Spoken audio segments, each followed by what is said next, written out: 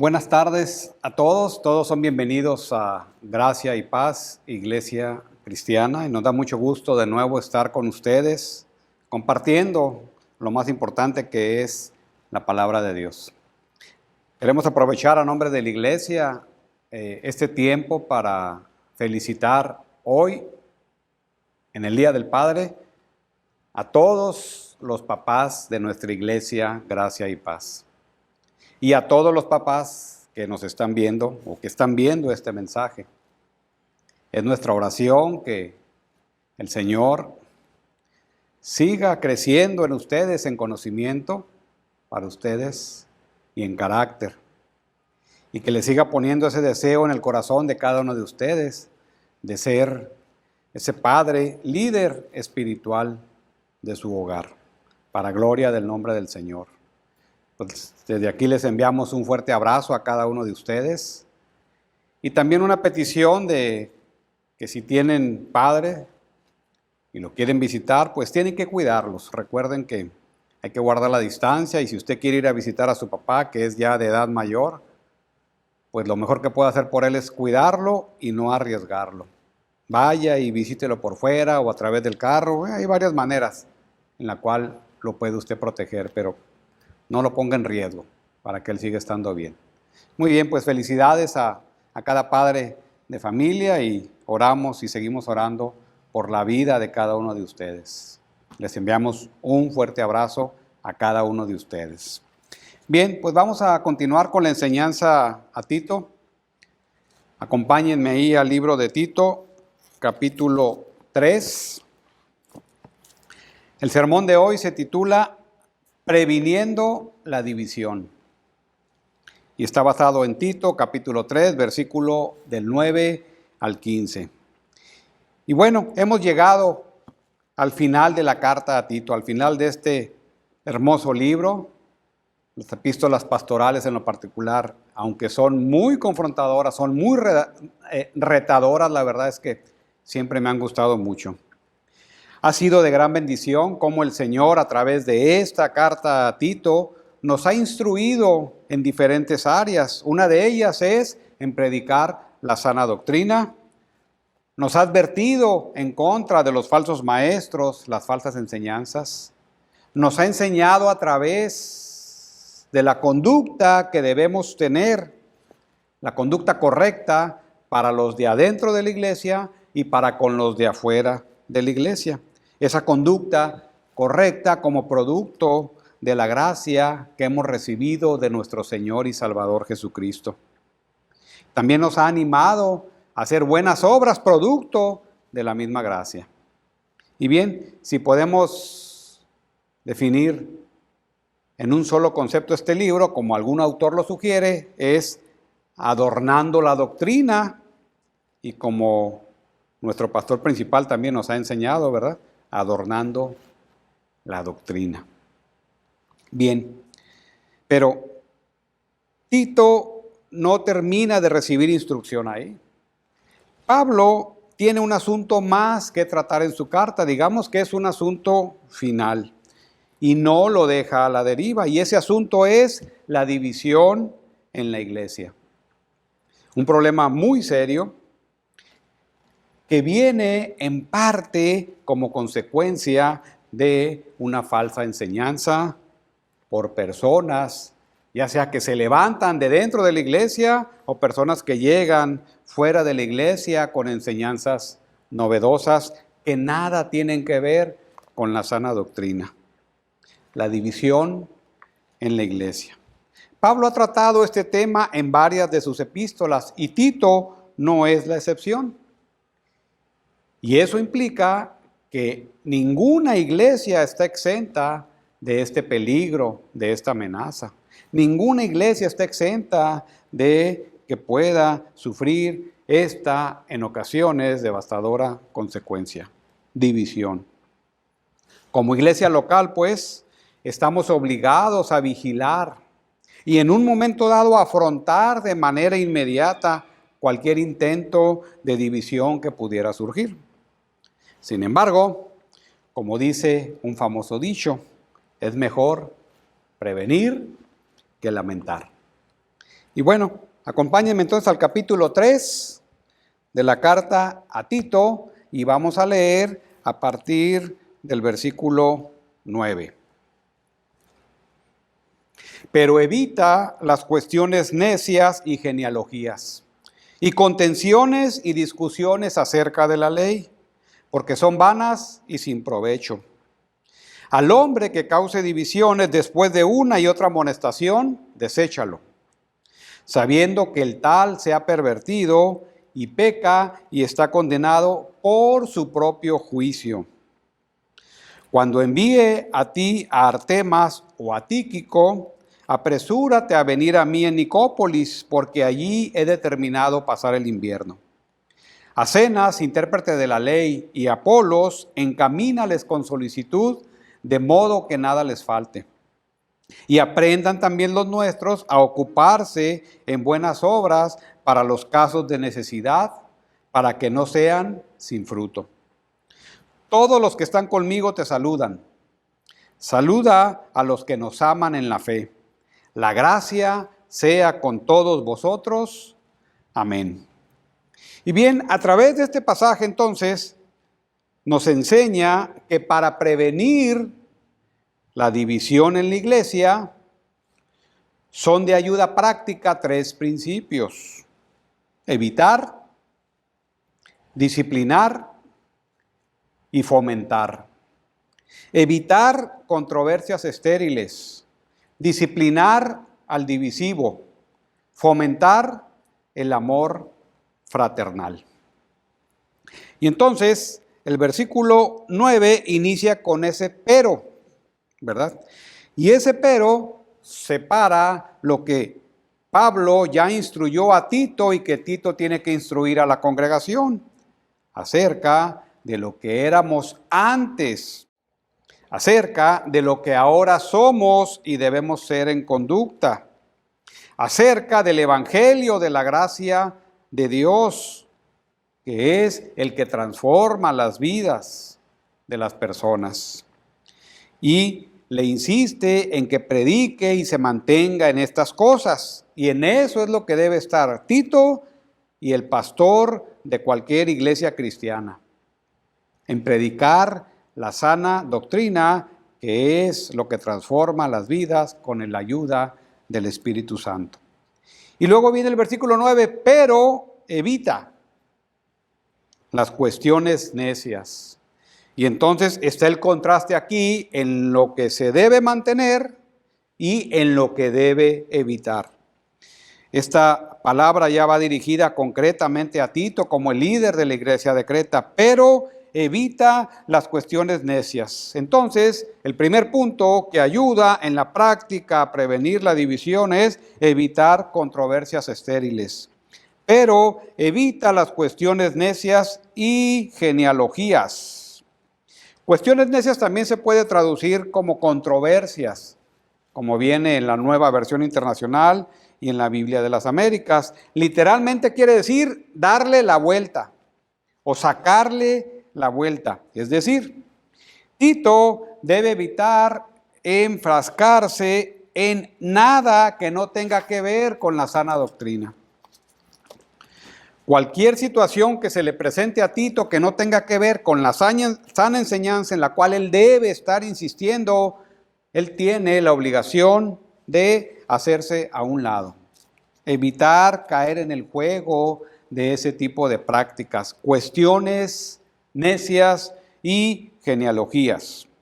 Bueno, puede haber un miembro de la iglesia de Creta que se levante y quiera discutir situaciones, ¿verdad?, que nada tienen que ver con lo que Tito ya ha enseñado, está enseñando y se debe mantener enseñando, o sea que no atañen a la sana doctrina. Debe evitar caer en esas discusiones, debe evitar caer en su juego de ese tipo de personas. Las genealogías en el contexto judío hablan del linaje familiar, pero le dan a ese linaje familiar un valor religioso, un valor más allá de cualquier situación normal. Entonces, Tito debe evitar cuestiones necias, genealogías y discusiones acerca de la ley. Ni contener ni discutir acerca de esas cuestiones. Y esto de acerca de la ley se refiere en el contexto a personas judaizantes que toman enseñanzas tal vez del Antiguo Testamento y de una manera distorsionada tratan de presentarlas a los miembros de una iglesia. Entonces, eso precisamente es lo que debe evitar Tito. Eso es lo que debe evitar cada miembro de la iglesia. Entonces, cuestiones necias y genealogías, digamos que es un tipo de tema que Tito debe evitar. Pero también en ese medio contencioso y de discusión, que es como una especie de medio donde están imbuidas estos dos temas, es lo que Tito debe sacarle la vuelta. Y no sacarle la vuelta porque no pudiera saber, sino porque al final, dice el versículo 9, porque son vanas y sin provecho. Las cuestiones necias, genealogías, contenciones y discusiones las debe evitar Tito porque son vanas y sin provecho. Entonces, se debe evitar las controversias, primero porque son estériles, segundo porque son improductivas, vanas y sin provecho. Esa es la razón por la cual Tito entonces debe evitar este tipo de discusiones, porque no tienen valor en sí mismo. No llevan a nada, no edifican a nadie y en ese sentido de no edificación son improductivas. Una pérdida de tiempo, una pérdida de esfuerzo y con el riesgo de desviar a Tito de su enseñanza en la cual debe procurar mantenerse firmemente.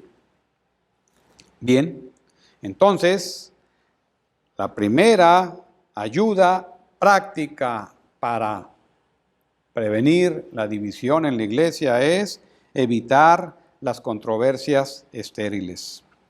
Ahora, hay una instrucción similar que Pablo le da a Timoteo. En 2 de Timoteo 2:14 dice Pablo, recuérdales esto, exhórtales delante del Señor a que no contiendan sobre palabras, lo cual para nada aprovecha, sino que es para perdición de los oyentes. Y más adelante, en 2 de Timoteo, capítulo 2, versículo 23, dice Pablo a Timoteo, pero desecha las cuestiones necias e insensatas, sabiendo que engendran contiendas, porque el siervo del Señor no debe ser contencioso, sino amable para con todos, apto para enseñar, sufrido. Bueno, la misma instrucción le da Pablo a Timoteo y a Tito. Evitar cuestiones necias que no llevan a nada. Entonces, Tito debe rechazar las cuestiones, las controversias estériles. Y este verbo evita es un imperativo y eso implica que es un mandamiento. Y a su vez implica que si se enfrasca en ese tipo de cuestiones necias y genealogías, entonces está pecando, tiene ese riesgo de pecar si no evita esas cuestiones. Todo aquello que no tenga que ver con la sana doctrina necesita evitar meterse o sacarle la vuelta. En el contexto inmediato y en el contexto de la carta es sacarle la vuelta a los falsos maestros. Y eso es por el bien de la iglesia. Tito pudiera discutir con ellos. Tito tiene la sana doctrina, pero es una situación que no llevaría a nada. Y es por eso que las debe evitar. En consecuencia, pues, hay en algunas ocasiones personas que se pueden levantar dentro de la iglesia. O como ya comenté, pueden llegar de fuera de la iglesia, sentarse en el banco, estar escuchando y en un momento dado levantan y empiezan a sacar temas, a discutir, a contender. Situaciones que nada tienen que ver con lo que la iglesia enseña. Estamos asumiendo que la iglesia está predicando la sana doctrina, ¿verdad? Son situaciones estériles, situaciones que no tienen que ver con un interés genuino de la palabra de Dios. Se valen las controversias, sí, pero son controversias sanas, por ejemplo, controversias teológicas, ¿verdad? Un ejemplo que se me ocurre es una controversia teológica, es la segunda venida de Cristo. Ese es un hecho, ¿verdad?, que va a ocurrir. Esa es una verdad en la cual todos los creyentes afirmamos. Pero hay un aspecto de la segunda venida, por ejemplo, que algunos creen que va a venir antes del milenio, otros creen después del milenio, y situaciones de ese tipo, premilenialistas, postmilenialistas, amilenialistas se llama teológicamente. Es una discusión, es una controversia que es sana, que está dentro de la sana doctrina, que es válida. No se está refiriendo a eso, ¿verdad? Sino más bien a situaciones que no tienen nada que ver con la palabra de Dios, de una manera genuina, porque podemos tomar la palabra de Dios y distorsionarla. Entonces, aquí estamos hablando un interés genuino de la palabra de Dios. Puede haber controversias, las hay dentro de la iglesia evangélica, es lo normal. Muchas veces es saludable, aclara dudas, aclara conceptos y está bien, pero aquí no se refiere a eso. Por eso el adjetivo de controversias estériles. Y eso es lo que debe evitar Tito y cualquier líder de una iglesia. Bien, entonces, este principio de evitar controversias estériles es una ayuda práctica para prevenir la división en la iglesia. Bien, pero ¿qué hacer cuando uno empieza a percibir vientos de división en la iglesia? Tito tiene que actuar y actuar rápido. Y eso nos lleva al segundo principio que ayuda a evitar la división en la iglesia, que es disciplinar. Disciplinar al divisivo. Versículo 10 y versículo 11. Volvamos a Tito capítulo 3, versículo 10, versículo 11. Pero al hombre que cause divisiones, versículo 10, después de una y otra amonestación, deséchalo, sabiendo que el tal se ha pervertido y peca y está condenado por su propio juicio. Entonces, cuando llega ese momento, ¿verdad?, y se identifica a una persona como divisiva, hay que ir a él. Entonces, la primera acción que debe hacer Tito ante una persona divisiva es, obviamente, identificarla para aplicar disciplina. Entonces, es disciplinar al divisivo identificándolo. Versículo 10a. Al hombre que cause divisiones. Y este hombre que cause divisiones se traduce literalmente como hombre divisivo. Y esta palabra divisivo se traduce de una palabra que hoy conocemos como hereje o herejía. Bueno, inicialmente esta palabra no tenía esa connotación tan negativa, la llegó a tener una herejía, ese es un hereje, sino simplemente connotaba a una persona que causaba una división en cualquier forma, ¿sí? Entonces, esta persona divisiva es la persona que no se está ateniendo o que no se está manteniendo dentro de lo que Tito ya enseñó en los versículos 1 al versículo 8, lo que Pablo le instruye a Tito: mantente con firmeza en esta enseñanza, y por extensión en toda la carta a Tito. Es una persona que sale pues de ese límite de la sana doctrina, de ese límite de la enseñanza que lleva a una conducta piadosa, una conducta para con los de adentro, una conducta para con los de afuera, ¿verdad? Una conducta que adorna la gracia de Dios. Ese es un hombre divisivo, es un hombre partidario, es un hombre faccioso, empieza a buscar aliados, parte pues o puede partir la iglesia. No es propiamente una persona inocente, es una persona que enseña falsa doctrina. En el contexto inmediato del pasaje enseña falsa doctrina, promueve pues división, enfrenta a la iglesia de una manera facciosa. Tito entonces debe estar muy alerta e identificarlos y pararse enfrente. Inicialmente, en el versículo 1 al 10, perdón, capítulo 1, versículo 10, dice Tito, porque hay aún muchos contumaces, habladores de vanidades y engañadores, mayormente los de la circuncisión. Bueno, Pablo tiene en mente a este tipo de gentes, judaizantes, pero puede ser cualquier persona que promueva división en la iglesia, en el sentido original del término, que después adquirió esa conceptualización de herejía o de hereje. Entonces, cualquier persona que cause división en la iglesia debe ser identificada como un primer paso de la disciplina. Puede ser que enseñe cosas que van en contra de lo que la misma iglesia local enseña. Ese es un divisivo. Entonces, por lo tanto, la división en la iglesia puede ser causada por un falso maestro y que se identifica fácilmente porque viene con ideas o se levanta con ideas novedosas de las cuales abundan y siempre han abundado, pero hoy con los medios de comunicación es más fácil que se esparzan por todos lados. Y bien, dentro de la iglesia local no es la excepción que no pueda haber personas con esa actitud. Entonces, en el contexto de la carta, el falso maestro o cualquier persona que cause división. Hay que identificarlo.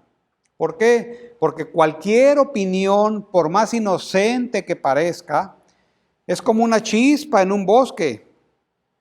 Una chispa pequeña en un bosque puede acabar con todo una extensión grande de bosque. Y una opinión que va contraria a la sana doctrina que se esparce en la iglesia puede causar división e incluso llegar a terminar con una iglesia. Puede ser devastadora. Por eso Pablo instruye a Tito de manera muy enfática. Cuidado con los divisores, con los divisivos.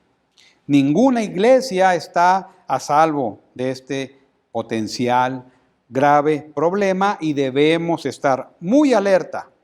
No solo los líderes, sino cada miembro formal de la iglesia tiene la obligación de estar atento. Ahora, obligación de estar atento no significa estar espiando, pero sí significa estar al pendiente de las opiniones que se dan, ¿verdad? Y corregirlas de buena manera en un momento dado. Pero ya un divisivo que sabe que es un divisivo, que actúa como divisivo, ya es otra historia. Bien, entonces, primero se debe de identificar al divisivo y segundo, se debe disciplinar al divisivo amonestándolo. Versículo 10 en la segunda parte. Después de una y otra amonestación, deséchalo. Bueno, el objetivo, pues, de identificar al divisivo es amonestarlo, es llamarle la atención, es ver qué está pasando, por qué está enseñando eso y advertirle, ¿verdad? Y bueno, puede ser que inocentemente se esté equivocando, vamos a dar ese beneficio de la duda, pero puede ser también que lo haga a sabiendas de lo que está haciendo. Bueno, llamamos. Dice Tito, hay que ir por él y hay que amonestarlo una primera vez. No corrige, no se arrepiente. Bueno, una segunda vez, es una segunda advertencia, una segunda amonestación. Y como siempre en estos casos, no es fácil, es difícil, es duro para el liderazgo, es duro para la iglesia, ¿verdad? Puede ser duro para la persona, pero está en riesgo la iglesia. Y así lo debemos de ver, a esa seriedad debemos de tomar en cuenta. Pero eso no quita que podamos hacerlo con una actitud correcta, como dice 2 de Timoteo 2, 25, 26. Dice la palabra que con mansedumbre corrija a los que se oponen, por si quizá Dios les conceda que se arrepientan para conocer la verdad y escapen del lazo del diablo, en que están cautivos a voluntad de él. Bueno, está hablando de cierto tema, pero la actitud para corregir a la persona divisiva debe ser con la idea de que se arrepienta. El amor implica disciplina. La palabra es muy clara, dice Dios al que ama disciplina.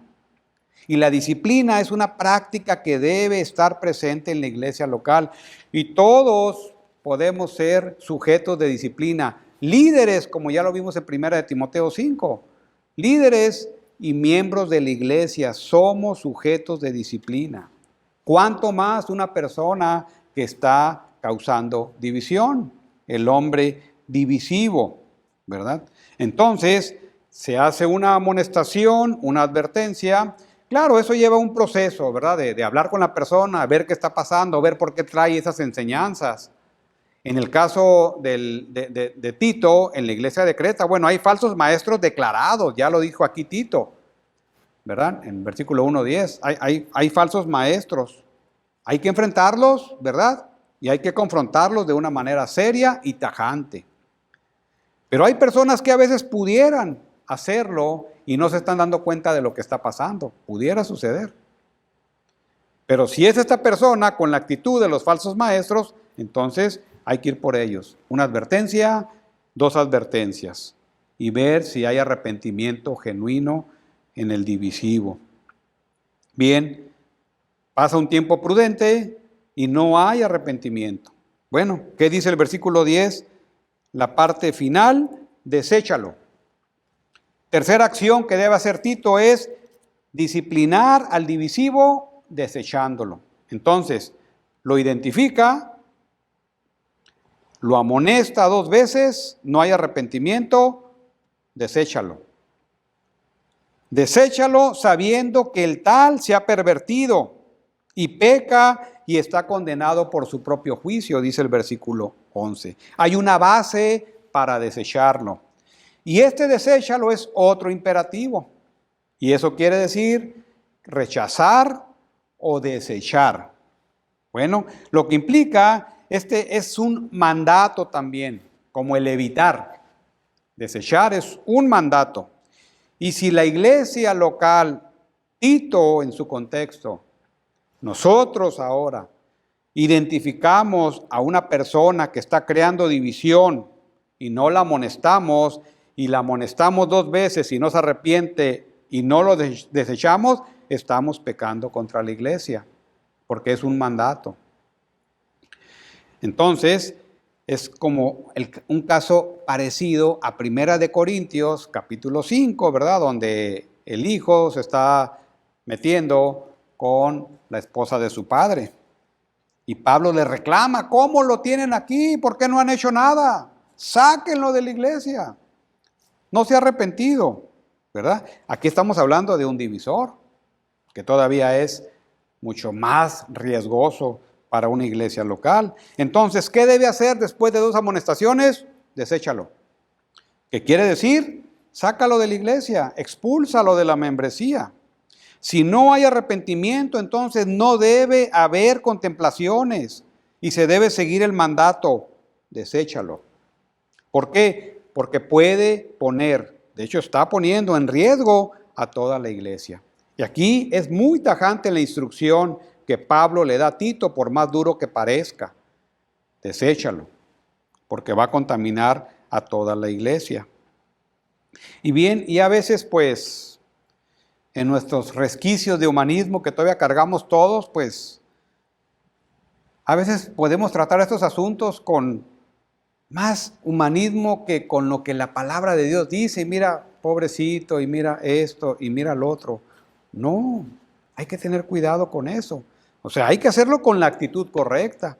Hay que hacerlo con la motivación de llevar a la persona al arrepentimiento. Pero si eso no ocurre, es muy claro este asunto. Deséchalo. Bien, entonces, 3 acciones para disciplinar a un divisivo: identificándolo, amonestándolo y desechándolo. La base para desecharlo es el versículo 11. Este hombre se ha pervertido. Y ese se ha pervertido se traduce también como que ha sido pervertido o desviado. Quiere decir que está errado, tiene un pensamiento errado. Y ese pensamiento errado lo saca de la sana doctrina y por lo tanto enseña otras cosas. Peca, está en presente Y ese peca quiere decir una acción constante y persistente, una acción estable en su vida. Este tipo de pecado lo tiene así, con esa actitud divisiva. Y condenado por sí mismo, que se traduce de la palabra autocatacríticos, quiere decir que él mismo es el problema, no es nadie más. Él se está condenando a sí mismo, lo identifica, se amonesta, ¿verdad? Se confronta 2 veces y él mismo se está condenando porque no quiere arrepentirse. Y esa es la base por la cual hay que desechar al divisor. Es decir, el divisivo está en un estado constante de desviación de la sana doctrina, en términos sencillos. Busca partidarios. En ese sentido, peca, no cambia. Él solo es el culpable de su estado, no es la iglesia. Así que la disciplina inicia identificando al divisor, amonestándolo en 2 ocasiones, y no hay arrepentimiento, es desecharlo de la membresía. Y bueno, es un proceso parecido a lo que aprendemos de la disciplina en general en Mateo 18. Pero aquí Pablo le está dando a Tito una instrucción, hay una diferencia, una instrucción muy clara. Ve por él 2 veces, si no, deséchalo. ¿Sí? Pero primero, la actitud es tratar de buscar arrepentimiento. Y esas son las 2 situaciones, las 2 oportunidades de amonestarlo. Tratar de buscar arrepentimiento y restaurarlo. Ese es el objetivo de la disciplina. La disciplina implica amor. Y amor es llevar al arrepentimiento a una persona. Eso es parte de la disciplina. La disciplina es amor, reitero, porque en nuestra mente a veces mundana, en nuestra cosmovisión mundana, disciplina a veces tiene una connotación negativa. No es así aquí. Aquí es una connotación positiva de tratar de rescatar al hermano. Ese es el amor de Dios a través de la disciplina. Pero no debe haber contemplaciones. No hay arrepentimiento, no hay más. Deséchalo. Entonces, hemos visto que un principio que ayuda a prevenir la división en la iglesia es evitar controversias estériles. Un segundo principio es disciplinar al divisivo. Bueno, estamos hablando de prevención. Estamos hablando de prevenir división, previniendo la división en la iglesia. Y entonces, un buen ambiente en la iglesia sirve como coadyuvante para prevenir la división. Y eso nos lleva al tercer punto, que es fomentar el amor fraternal. Recuerden, es evitar, disciplinar y fomentar. Tercer punto. En este caso es fomentar el amor fraternal, versículo 12 al versículo 15. Y bueno, este pasaje, finalizando la carta a Tito, Pablo le sigue dando algo de instrucción a Tito. Por eso lo podemos ligar, ¿verdad? Hay autores que ven que en este pasaje Pablo, como está dando instrucción, amplifica lo que ya ha hablado en los versículos anteriores. Y bien, de tal manera pues que fomentar el amor fraternal ayuda, crear un ambiente de amor fraternal ayuda para evitar divisiones. No quiere decir que esté garantizado, porque ya quedamos, cualquier iglesia está en riesgo de división, pero un buen ambiente favorece el inhibir ese tipo de actitudes y prácticas. Entonces, fomentar el amor fraternal en diferentes vertientes. 1, fomentar el amor fraternal, por ejemplo, a través de la obediencia. Versículo 12. Cuando envíe a ti a Artemas o a Tíquico, apresúrate a venir a mí en Nicópolis, porque allí he determinado pasar el invierno. Y bueno, son los ayudantes, hermanos, ministros de Pablo, Artemas y Tíquico. Son dos hermanos pues de la iglesia. Uno de los dos va a ser enviado a Creta como reemplazo de Tito en un cierto tiempo. Y parece ser que fue Artemas el enviado. Y una vez que Artemas llega a Creta, Tito sale de Creta para encontrarse con Pablo a Nicópolis. Bueno, para ubicarnos un poquito, Creta está al sur de todo lo que tiene que ver con Grecia, la península de Acaya, está al sur. Y Pablo está ubicado hacia el lado oeste de Asia, por la región de Macedonia. Y entonces Pablo tiene que bajar al sur oeste para llegar a Nicópolis, y Tito tiene que viajar de sur a norte, al sur, de sur a norte, al noroeste, para encontrarse con Pablo en Nicópolis. Nicópolis está situado en la parte occidental de la costa de lo que hoy es Grecia, en el mar Adriático.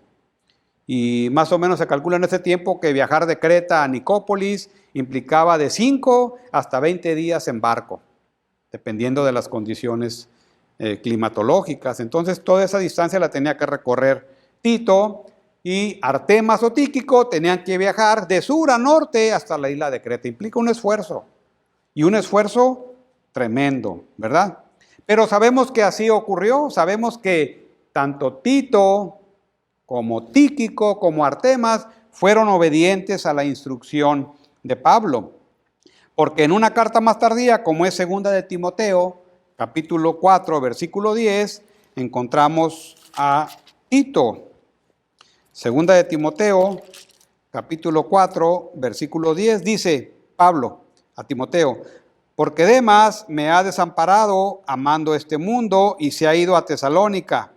Crescente fue a Galacia y Tito a Dalmacia. Tito ya no está en Nicópolis, salió de Creta, Nicópolis, y luego corrió hacia Dalmacia. ¿Sí? Y más adelante en el versículo 12 dice: a Tíquico lo envié a Éfeso.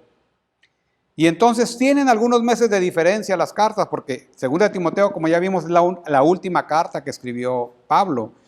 Entonces sabemos que Tito, Artemas y Tíquico obedecieron la instrucción de su líder, en este caso de Pablo.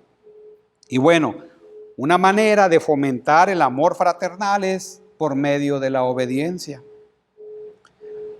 Cuando esta obediencia se da entre líderes, es un modelo para el resto de la iglesia, es un ejemplo a seguir.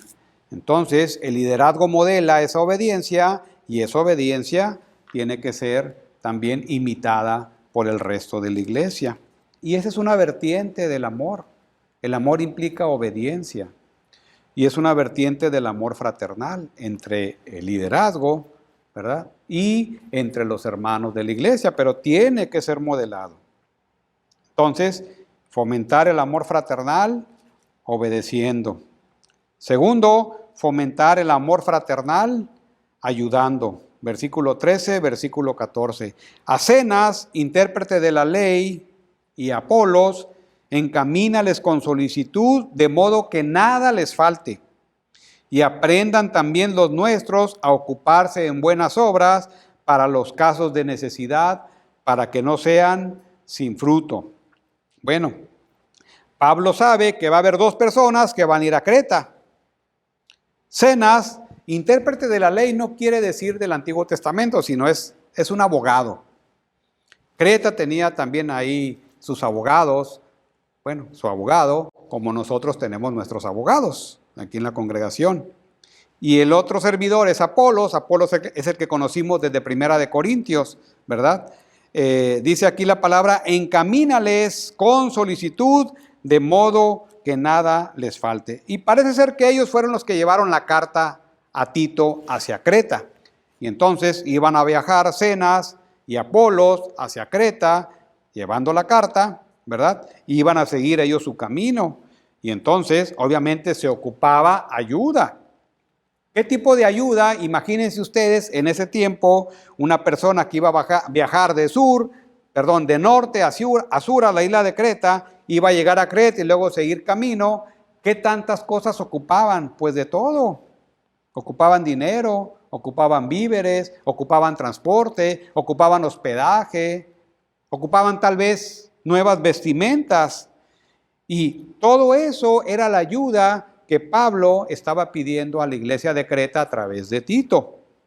Y bueno, pues una manera de mostrar amor fraternal entre hermanos es ayudándose unos a otros, ayudándonos unos a otros en los casos de necesidad, dice la palabra. De modo que nada les falte. Bueno, qué bonita actitud, ¿verdad?